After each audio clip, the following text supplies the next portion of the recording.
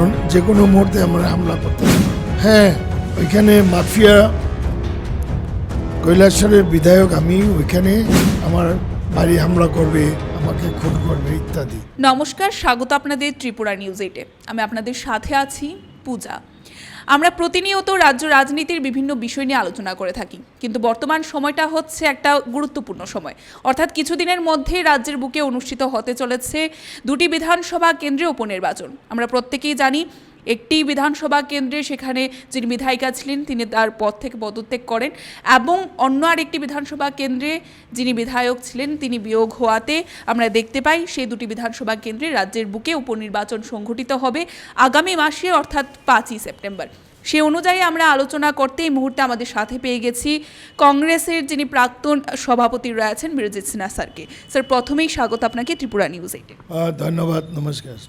Sir, এই যে দুটি বিধানসভা কেন্দ্রে উপনির্বাচন, এই উপনির্বাচনকে নিয়ে আমরা একটা বৈঠক দেখতে পাই। কংগ্রেস, সিপিআইএম এবং ত্রিপুরা মথা দল, রাজ্যের যে মুখ্য বিরোধী দল, তাদের একটা বৈঠক দেখতে পাই, এবং তার পরবর্তী দিনই সিপিআইএম দল থেকে দুজন প্রার্থীদের নাম ঘোষণা করা হয়েছে। এবং বর্তমানে যিনি কংগ্রেস দলের সভাপতি রয়েছেন আশিস কুমার সাহা, তার পরবর্তীতে আমরা একটা ক্ষোভ প্রকাশ করতে দেখি যে অতি শীঘ্রই নাকি নাম প্রকাশিত করা হয়ে গেছে। সে বিষয়ে আপনার মতামত কী রয়েছে প্রথমে জানতে চাই। ওই যে প্রদেশ কংগ্রেস প্রেসিডেন্ট যা বলছেন আমি একমত, কারণ 3 দলের বৈঠক হয়েছিল, আর একটু ধৈর্য ধরা উচিত ছিল মার্ক্সবাদী কমিউনিস্ট পার্টি বা বামফ্রন্টকে। তারা হুড়া করেই অ্যানাউন্সটা করেছে। যাই হোক, হয়েছে। এখন কংগ্রেস তো সাপোর্ট করেছে সিপিএমকে, এবং যে মেইন অপোজিশন পার্টি তার তো এখনও অ্যানাউন্স করেনি। এবং বাই ইলেকশনে 2 রকম নেচার থাকে। অনেক সময় রুলিং পার্টির পক্ষে যায়, অনেক সময় রুলিং পার্টির বিরুদ্ধে যায়। ত্রিপুরায় তো কয়েকটা বাই ইলেকশন হয়েছে, যেমন পরিমল শাহ এমএলএ দিন দুপুরে খুন হওয়ার পরে চরিলামে বাই ইলেকশন হয়েছিল, সেখানে আমরা জিতেছি। বাই ইলেকশনে রুলিং পার্টি পরাস্ত হয়েছে। এবারে সুধীররঞ্জন মজুমদারের মৃত্যুর পরে বাই ইলেকশন, এটাতে রুলিং পার্টি জিতেনি। ফটিকরায়ে 1988 বাই ইলেকশনে রুলিং পার্টি জিতেছে, অর্থাৎ কংগ্রেস। নেচারটা 2 রকমই থাকে। যেমন পরিমল শাহ খুন হয়েছে, এলাকাতে একটা মানুষের মধ্যে ক্ষোভ ছিল, এটা একটা প্রতিফলিত হয়েছে। আর এবার তো ন্যাচারাল ডেথ, এবং একটা তো রিজাইন দিয়েছে, এবং কংগ্রেস সাপোর্ট করেছে। দেখা যাক কি হয়। কি মনে হয় স্যার যে ফলাফল কি ধরনের উঠে আসতে পারে, কেমনটা আপনি আশা ব্যক্ত করছেন? অগ্রিম তো বলা যায় না, তো প্রচার হোক না, প্রচার শুরু হলে বোঝা যাবে। আপনারাই দেবেন, কারণ আপনারাও তো একটা সার্ভে করবেন, আমরাও করব। মাত্র ঘোষণা হয়েছে, এবং প্রচার হলে পরে আমরা বুঝতে পারবো কি রেজাল্ট হয়। স্যার, জানতে চাইবো, আজকের দিনে আমরা দেখতে পাই একটা খুবই উঠে আসা যে খবরটি রয়েছে, আপনার উপর আপনাকে মেরে ফেলার একটি হুমকি। এ বিষয়ে কি মতামত থাকবে, আপনার কি প্রতিক্রিয়া থাকবে? হ্যাঁ, ওইখানে মাফিয়া কৈলাসরের বিধায়ক, আমি ওইখানে একটা মাফিয়া গ্রুপ, রুলিং পার্টির ছত্র ছায়, এরা খুব সক্রিয়। সরকারি কোনো টেন্ডার হলে তাদের পারমিশন ছাড়া কেউ পার্টিসিপেট করতে পারবে না, এবং তাদেরকে টাকা দিতে হবে। ইদানিং একটা ঘটনা হয়েছে, DWS ডিপার্টমেন্টে জলের কুমারঘাট থেকে টেন্ডার করা হয়েছে, এবং তাদের পারমিশন নিয়ে নিয়ে তাদেরকে টাকা দিয়ে যারা টেন্ডার দিয়েছে তারা ওয়ার্ক অর্ডার পেয়ে গেছে। আর উদয়পুরে একজন কন্ট্রাক্টর কুন্তল সুম, ও অনলাইনে টেন্ডার দিয়ে ও কাজ পেয়েছে, 60টা কাজ, খুব ইম্পর্টেন্ট জলের। সেখানে তাকে হুমকি দেওয়া হয়েছে, পত্রিকাও তো আমি দেখেছি, পত্রিকায় দেখেছি যে বলছে 50 লক্ষ টাকা দিলে তুমি কাজটা করতে পারবে, নাহলে তোমাকে কৈলাসহর আসলে মেয়ের সংক্রান্ত মামলা তোমাকে অ্যারেস্ট করাবো। লোকটা আসে নাই, তার পাওয়ার অফ অ্যাটর্নি দিয়ে লোক পাঠিয়েছিল।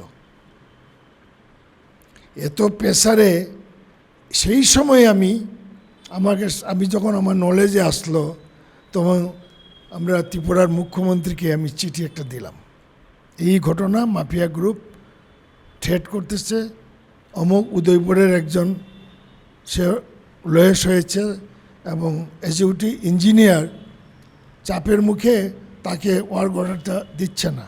আর যারা টাকা দিয়েছে সেই মাফিয়া গ্রুপকে, তাদের ওয়ার্ক অর্ডার হয়েছে। এবং এটা নিয়ে কুমারঘাট ইঞ্জিনিয়ার অফিস চত্বরেও সাংবাদিকেও হামলা করেছে, মারপিট করেছে, সাংবাদিকের গাড়ি ঘোড়াও ভেঙেছে।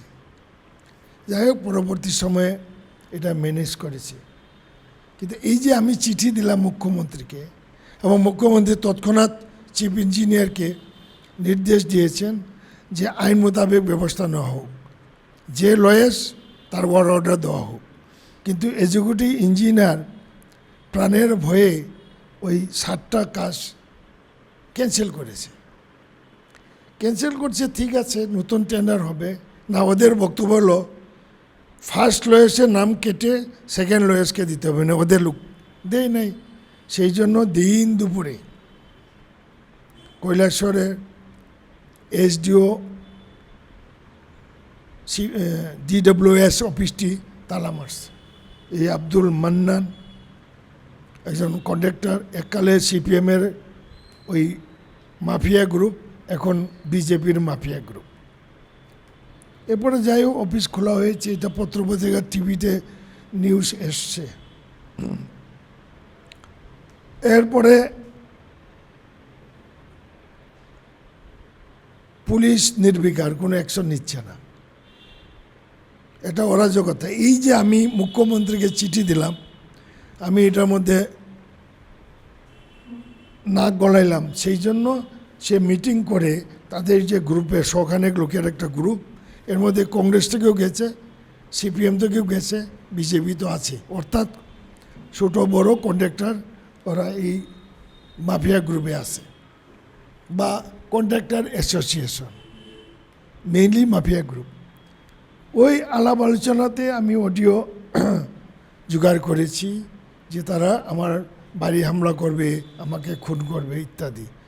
এটা পাওয়ার পরে আমি আজকে home secretary, director general police, দুইজনকে আমি চিঠি দিয়েছি। যেহেতু আমি এমএলএ, বিধানসভার স্পিকারে আমি চিঠি দিয়েছি ওনার অফিসে, উনাকে পাইনি। এবং আজকে রাত্রেই 2 এসপিকে, ওয়েস্ট এবং ঊনকোটি এসপিকে আমি মেইলে এই চিঠিটা পাঠাবো। এই হলো ঘটনা। যারা এই ধরনের ঘটনা সংঘটিত করছে তাদেরকে নিশ্চয়ই আপনি আইডেন্টিফাই করতে পেরেছেন, তো তাদের বিরুদ্ধে কোনো পদক্ষেপ নিয়েছেন কি? না, আমি তো এই চিঠি দিলাম, আমি কি পদক্ষেপ নেব? আইনের পদক্ষেপ নেব, পুলিশ প্রশাসনকে জানালাম, তারা কি করে দেখি, কারণ যে কোনো মুহূর্তে আমরা হামলা করতে পারে। প্রশাসনিক আধিকারিকদের কাছে কি একটা সময় বেঁধে দেবেন যে এই সময় পর্যন্ত আপনি দেখবেন? না, এখনও আমি বেঁধে দেব না, তারা কি করে দেখি। আমি এসপির সঙ্গেও কথাও করব কৈলাসহর, এখানেও। এবার দেখা যাক, এরপরে কিছু না হলে মুখ্যমন্ত্রী নজরে নেব।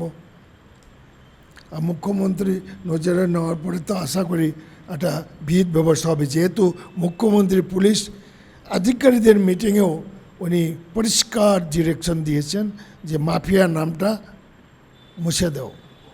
তো আশা করি একটা ব্যবস্থা হবে। রাজ্যে বর্তমানে স্বরাষ্ট্রমন্ত্রী রয়েছেন, রাজ্যের বর্তমান মুখ্যমন্ত্রী, ওনার দৃষ্টি আকর্ষণ করতে চাইবেন আপনি পরবর্তী সময়? ওনার হোম সেক্রেটারি বা ডাইরেক্টর জেনারেল পুলিশ, এসপিরা যদি কিছু না করে, তখন না মুখ্যমন্ত্রীর কাছে যাব। কি বলবেন যে রাজ্যের বর্তমান মুখ্যমন্ত্রী রাজ্যের স্বরাষ্ট্র মন্ত্রকে রয়েছে এবং এরই মধ্যে একটি বিধানসভা কেন্দ্রের জয়ী বিধায়ককে এই ধরনের প্রাণের হুমকি দেওয়া হচ্ছে, কি মনে করছেন রাজ্যের পরিস্থিতিকে নিয়ে? এটা তো উদ্বেগজনক। এখানে আমি তাদের মাফিয়াগিরিতে বাধা দিয়েছি বলেই না আমাকে প্রাণে মারার হুমকি। আর ত্রিপুরা অন্য জায়গায় তো কোনো প্রতিরোধ নেই, লুথো রাজ করছে সেই মাফিয়ারা। এবং দেখা যাক, স্বরাষ্ট্রমন্ত্রী এবং মুখ্যমন্ত্রী তো ডিক্লারই দিয়েছেন, আধিকারিকদের নির্দেশ দিয়েছে এবং পুলিশ আধিকারিকরা তার আইনের ব্যবস্থা নেওয়া উচিত। স্যার, অবশেষে জানতে চাইবো, যেহেতু সামনেই রাজ্যের দুটি কেন্দ্রে উপনির্বাচন, আমরা দেখতে পাই রাজ্যে একটা প্রচলিতই রয়েছে যে অপ্রীতিকর ঘটনা ঘটে নির্বাচনের সময় বা রেগিং। আমরা কিছু কিছু উপনির্বাচনে দেখতে পাই হোয়াইট ব্যান্ড পার্টি, এমনও কিছু উঠে এসেছিল। তো সেখানে আমরা জানতে চাইবো যে কি মনে করছেন, এই যে দুটি বিধানসভা কেন্দ্রে উপনির্বাচন অনুষ্ঠিত হবে 5ই সেপ্টেম্বর, তা কীরকম হতে চলেছে বলে আপনি মনে করছেন?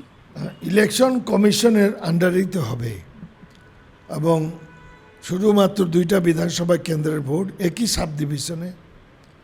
কঠোর নিরাপত্তার ব্যবস্থা নেওয়া উচিত যাতে অপ্রীতিকর কোনো ঘটনা না হয়।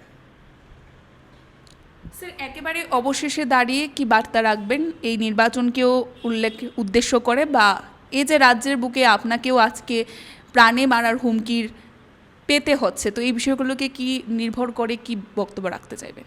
আমি বিধায়ক হিসাবে